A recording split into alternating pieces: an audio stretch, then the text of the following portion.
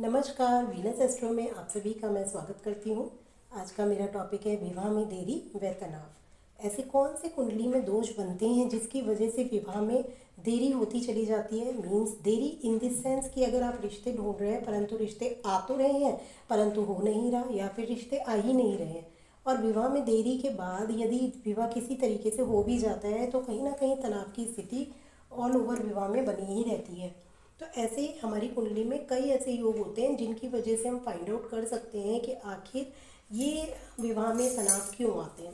तो आज हम उसी के बारे में चर्चा करेंगे। तो सबसे पहला कारण जो होता है वो हम अक्सर सबसे पहले अगर हम किसी की भी कुंडली देखते हैं तो हम मांगलिक दोष देखते हैं कि कुंडली में मांगलिक दोष है या नहीं है। अब हम सबसे पहले तो हमें यही पता होना चाहिए कि हम मांगलिक दोष कुंडली में देखें कैसे। आखिर कौन से ऐसा पैरामीटर है जिस पे हम जाते हैं और मांगलिक दोष का फाइंड आउट करते हैं। तो आज मैंने 10 नंबर, आप देख रहे हैं लगन, ये हमारा लगन है। 10 नंबर से शुरू करिए। दैट मीन्स ये मकर लगन की कुंडली है। मकर लगन के स्वामी जो होते हैं वो शनिदेव होते हैं। तो आज हमने मकर लगन की कुंडली पे एग्जाम्पल मैं आपको बता रही हूँ मांगलिक दोष किन ऐसे खंडों में या कौन से ऐसे भाव होते हैं जिनमें मंगल अगर आपका विराजित हो तो आपका मांगलिक दोष फाइंड आउट होता है।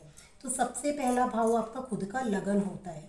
मंगल अगर आपके लगन में ही होके बैठ जाए, यहाँ पर बैठ जाए, तो आप देखेंगे 1 2 3 4 5 6 7, यह सप्तम भाव जो होता है ये आपके दाम्पत्य सुख का होता है। मीन्स आपके हस्बैंड का होता है। तो हस्बैंड या हस्बैंड के लिए अगर कुंडली है तो वाइफ का होता है। तो मीन्स लाइफ पार्टनर का ये भाव है। तो मंगल की पूर्ण दृष्टि आपके लाइफ पार्टनर पे जाती है। तो आखिर ऐसा क्यों होता है कि मांगलिक दोष होने की वजह से विवाह में अड़चने आती हैं या प्रॉब्लम्स आती हैं। खाली मंगल दोष नहीं, ऐसे बहुत सारे कारण होते हैं जिनकी वजह से ऐसा होता है। अगर अकेले कुंडली में मंगल दोष बना हुआ है तो हाँ थोड़े बहुत तनाव होते हैं, लेकिन इसके साथ साथ और भी चीज़ें देखी जाती हैं, तभी हम कह सकते हैं कि बहुत ज़्यादा ही तनाव हो रहा है। और जब ज़्यादा ही दोष कुंडली में नज़र आते हैं तो विवाह टूटने तक की नौबत आ जाती है। तो पहला भाव तो आपका हो गया फर्स्ट हाउस।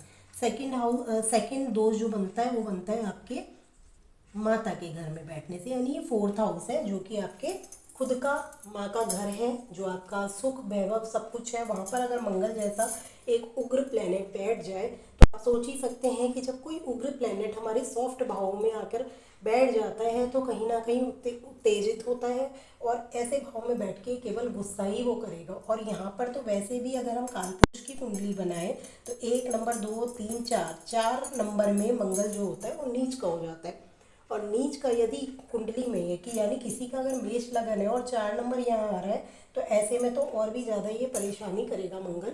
यानी उसको कहते हैं कि मांगलिक दोष का बहुत ज़्यादा उच्च का होना, बहुत ज़्यादा डबल मांगलिक बोल देते हैं क्योंकि नीच का होकर मंगल मांगलिक आपकी कुंडली को बना रहा है।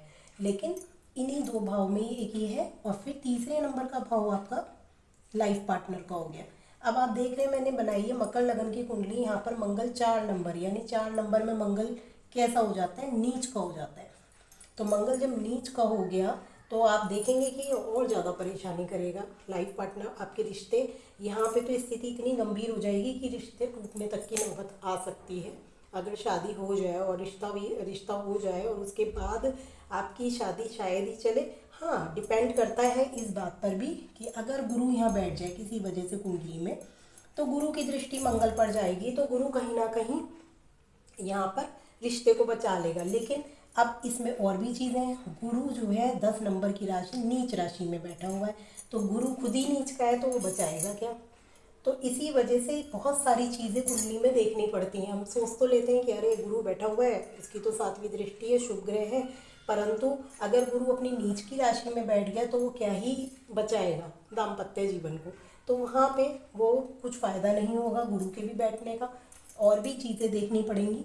तो अब आपका एक ये आता है भाव हमारा अष्टम भाव। अष्टम भाव में अगर मंगल बैठ गया है तो भी, क्योंकि अष्टम भाव आपके ससुराल पक्ष का होता है, तो ससुराल पक्ष से तनाव रहेगा।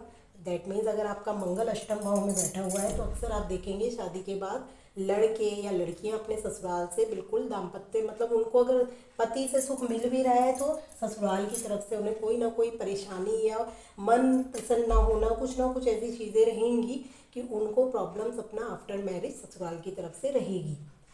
झगड़े रहें या जो भी रहे, मन मुटाव रहे, वो सारी स्थिति आती हैं।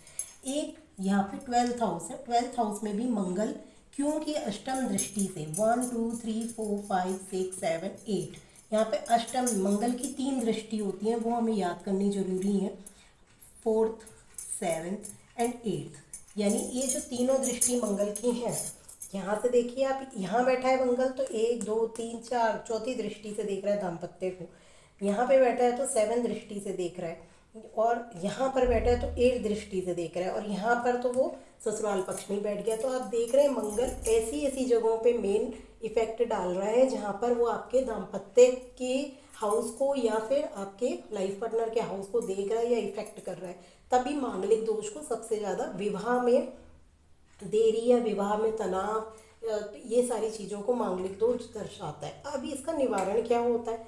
निवारण इसका सभी ने सुना है कि मांगलिक की शादी मांगलिक वाले से करा दी जाए।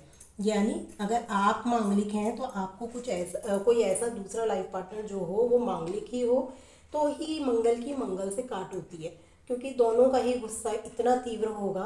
कहते हैं कि अगर मांगलिक दोष आपके लगन कुंडली से इम्पैक्ट बना रहा है तो वो आपका शारीरिक दोष कहलाएगा। दैट मीन्स शरीर पे मंगल का असर ज़्यादा है।